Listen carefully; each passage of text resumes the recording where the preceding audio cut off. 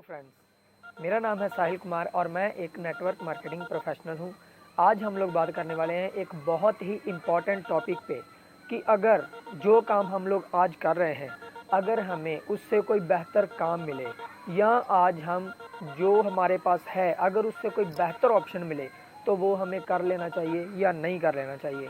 आप में से बहुत से लोगों का यही जवाब होगा कि हाँ, हमें कर लेना चाहिए। लेकिन आजकल कुछ नेटवर्क मार्केटिंग कंपनियां ऐसी हैं जो कहती हैं कि अगर आपने अपनी कंपनी को बदल दिया तो आपने अपने माँ बाप को बदल दिया, अगर आपने अपनी कंपनी को बदल दिया तो अपनी माँ को बदल दिया। दोस्तों, क्या कंपनी माँ होती है? क्या कंपनी माँ बाप होती है? अगर हम कंपनी को अपने माँ बाप से कंपेयर कर रहे हैं तो क्या हम सही कर रहे हैं? दोस्तों, मैं आपको दिखाना चाहूँगा एक ऐसी छोटी सी वीडियो, ज़्यादा लंबी नहीं होगी, एक ऐसी वीडियो दिखाना चाहूँगा जिसको देखने के बाद आपके ये सभी सवाल जो हैं वो बिल्कुल क्लियर हो जाएंगे, आपको अपना जवाब मिल जाएगा। और वीडियो के एंड में ज़रूर एंड तक देखिए, उसको कुछ सवाल हैं वीडियो के एंड में जिनके जवाब आपको खुद को ही देने हैं आपको। अगर आपके जवाब हाँ में हों तो आप ज़रूर उसका रिप्लाई कीजिएगा। Thank you so much. ये वीडियो देखिए जो आगे आ रही है। हेलो लीडर्स, मैं Sagar Sinha, motivational speaker, sales trainer and MLM super coach. आज आपके साथ एक अलग तरह का टॉपिक डिस्कस करने वाला हूं, अलग तरह की बातें करने वाला हूं। आपने हमेशा से देखा होगा मैं इंडस्ट्री के लिए काम करता हूं, इंडस्ट्री के डिस्ट्रीब्यूटर्स के लिए काम करता हूं, लोगों के लिए काम करता हूं, लोगों को एजुकेट करता हूं, प्रैक्टिकल ट्रेनिंग देता हूं, लोगों को सही रास्ता दिखाता हूं, उनको स्किल डेवलप करता हूं। मैंने कभी भी किसी कंपनी स्पेसिफिक बातें नहीं की, किसी कंपनी के कभी विपक्ष में बात नहीं किया। हाँ, जिस कंपनी के साथ जुड़े होते हैं उस कंपनी के बारे में प्रमोट करना अच्छी बात है, लेकिन कभी किसी कंपनी के बारे में विपक्ष में रहकर कभी बात नहीं करी। मैं आपको कुछ बातें सिखाना चाहता हूं इस वीडियो के माध्यम से। इंडस्ट्री में मैं देखता हूं कुछ गलत धारणाएं, कुछ गलत चीजें सिखाई जाती है, जैसे कि कंपनी आपकी मां होती है, कंपनी आपकी बाप होती है, कंपनी आपका सब कुछ होता है, कंपनी जिसने बदल लिया उसने धर्म बदल लिया, अपना मां बाप बदल लिया। मैं इस बारे में बात करना चाहता हूं आज। क्या आपने कभी स्कूल बदला है? क्या आपने कभी किराए पर रह रहे घर बदला है? क्या आपने कभी अपनी गाड़ी बदली है? क्या आप कभी किसी जिस कंपनी में काम कर रहे थे उस कंपनी को बदला है आपने? अगर जवाब हां है तो मुझे एक चीज समझ में नहीं आती, नेटवर्क मार्केटिंग इंडस्ट्री में ऐसे पहले भी बहुत सारे अच्छे लीडर हैं, रेपुटेड लीडर हैं जो इस इंडस्ट्री के लिए काम कर रहे हैं, जिस इंडस्ट्री में बड़ा योगदान किया है, उन्होंने भी बदला है। लेकिन यहां आज ऐसा क्यों कुछ लीडरों के द्वारा यह सवाल उठाया जाता है कि एमएलएम में कंपनी बदलना मां बाप को बदलने जैसा है?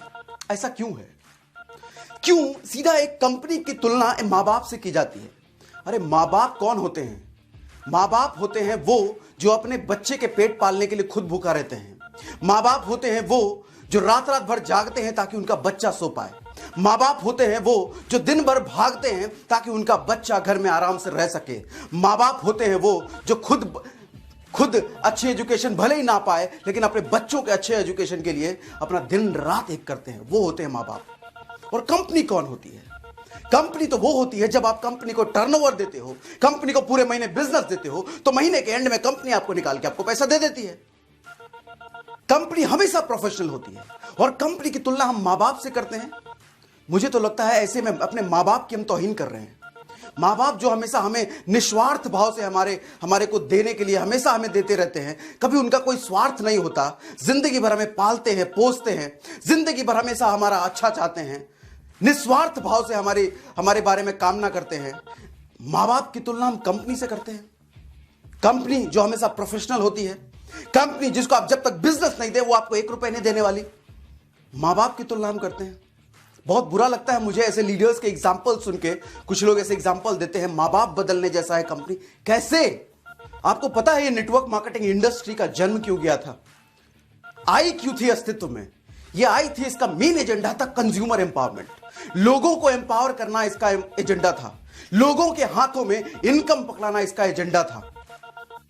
कंज्यूमर एम्पावरमेंट इसका एजेंडा था। लेकिन आज मुझे दिखता है हम जाने अनजाने कहीं ना कहीं कंपनी एम्पावरमेंट करने लग गए हैं। बात तो हम करते हैं कंज्यूमर एम्पावरमेंट की, लेकिन हम कर रहे हैं कंपनी एम्पावरमेंट। कंपनी के टर्नओवर बढ़ाने की बात कर रहे हैं हम, कंपनी को नंबर 1 बनाने की बात कर रहे हैं हम। उस डिस्ट्रीब्यूटर का क्या? उस शख्स का क्या जो जिसके घर में एक पत्नी है, एक बच्चा है, जो अपनी नौकरी छोड़ के फुल टाइम इस इंडस्ट्री में आया काम करने के लिए, पैसे कमाने के लिए, अपने परिवार के सपने सच करने आया है, उसके बारे में कौन बात कर रहा है? उसके बारे में कौन बात कर रहा है? एक आदमी 10 साल, 15 साल, 20 साल नौकरी करके थक चुका है, उसे नौकरी में सेटिस्फैक्शन नहीं है, अपनी जिंदगी को वो अच्छी तरीके से एंजॉय नहीं कर पा रहा, वो अपनी नौकरी के साथ पार्ट टाइम में बिल्ड करने आया है ताकि वो अपनी जिंदगी को जी सके। उसके बारे में कौन बात कर रहा है? उसकी इनकम बढ़ाने के बारे में कौन बात कर रहा है? हम बात कर रहे हैं कंपनी नंबर 1, कंपनी का टर्नओवर, कंपनी ये, कंपनी वो। क्यों मैं विरोध करता हूं इस चीज का? कंपनी एम्पावरमेंट के लिए हम नहीं आए हैं इस इंडस्ट्री में, हम लोगों को एम्पावरमेंट करने आए हैं, अपनी टीम को एम्पावरमेंट करने आए हैं, लोगों के लिए आए हैं, हम लोगों की भलाई के लिए आए हैं। हमें पूरी इस इंडस्ट्री के लिए काम करना है, इस इंडस्ट्री को हमें नंबर 1 बनाना है, किसी कंपनी को नंबर 1, नंबर 2 नहीं बनाना है। हमें पूरी इस इंडस्ट्री को नंबर 1 बनाना है, पूरी दुनिया में इस इंडस्ट्री को एक मुकाम पर पहुंचाना है। आज इस इंडस्ट्री को एक अलग तरह के तरीके से देखा जाता है, कुछ लोग गिरी हुई नजरों से देखते हैं। मेरा मानना यह है कि मेरा मोटिव, मेरा लक्ष्य यह है कि मैं इस इंडस्ट्री को ऊपर लेके जाऊं। इस इंडस्ट्री से जुड़े हर एक डिस्ट्रीब्यूटर के घर में अच्छा खासा पे आउट आना चाहिए। इंडस्ट्री से जुड़े हर डिस्ट्रीब्यूटर के घर में सपने पूरे होने चाहिए, उसके परिवार का सपना पूरा होना चाहिए, उसके बच्चों का सपना पूरा होना चाहिए। मेरा यह एजेंडा है। मैं कभी किसी कंपनी के विपक्ष या पक्ष में बात नहीं करता। आज मैं आपसे पूछना चाहता हूं कि क्या आपको अगर एक मौका मिले एक ऐसे प्लान के साथ काम करने में, एक ऐसे प्लान के साथ काम करने का आपको मौका मिले जहां पर सिर्फ आपको 2 लेग मेंटेन करना पड़े, जहां पर आपको सिर्फ 2 लेग मेंटेन करना पड़े, कोई भी साइड बिजनेस एक्स्ट्रा क्रिएट नहीं करना पड़े। मैं जो ये बात कर रहा हूं, मैं बिल्कुल इंडिपेंडेंट होकर के बात कर रहा हूं, मैं एक डिस्ट्रीब्यूटर के पक्ष में रहकर बात कर रहा हूं। मैं उस हर परिवार के बारे में सोच रहा हूं जो परिवार का एक सदस्य आज नेटवर्क मार्केटिंग इंडस्ट्री से जुड़ा है अपने सपने पूरे करने के लिए। मैं उससे बात कर रहा हूं। मेरा बात करना किसी भी कंपनी के पक्ष में नहीं है, किसी भी कंपनी के विपक्ष में नहीं है। मैं लोगों के बारे में बात कर रहा हूं, कंज्यूमर एम्पावरमेंट के बारे में बात कर रहा हूं। इसलिए मेरा आपसे आज मैं कुछ सवाल पूछ रहा हूं। आज मैं ओके लाइफ से जुड़ा हूं तो ओके लाइफ के बारे में सही इंफॉर्मेशन देना मेरी जिम्मेदारी है आपको। मैं चाहता हूं कि ओके लाइफ से अगर मैं जुड़ा हूं तो मैंने बहुत सारी चीजें देखी हैं। मैंने देखा है कि इसके जरिए मैं अपनी टीम का सपना पूरा कर सकता हूं।